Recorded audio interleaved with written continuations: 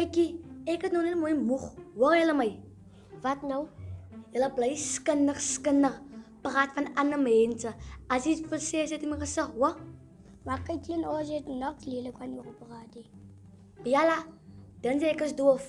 Sê as nog al so 'n bietjie ja. Maar kyk dan ons nou regtig niks lelik van jou gesê nie. Al wat ek sê, ek is nie doofie. Ek het my naam gehoor en ek is nie bang vir een van julle nie. Gryp mekaar man, eet mekaar op. Mors mekaar of is julle dan bang? Askies, wat gaan nou aan? Rebecca en Biala meneer. Hulle bly skinder en praat lelik van 'n mens.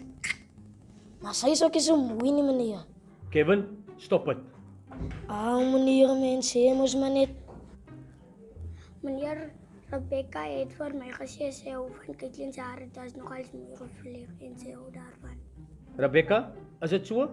Moet net tegen Rebecca jy's bekeer. Ja meneer, ek het so gesê. Okay. So Kaitlyn, al wat sy gesê het is, jou hare is baie mooi gevleg en sy hou nogals baie daarvan. Skus julle, dis jammer.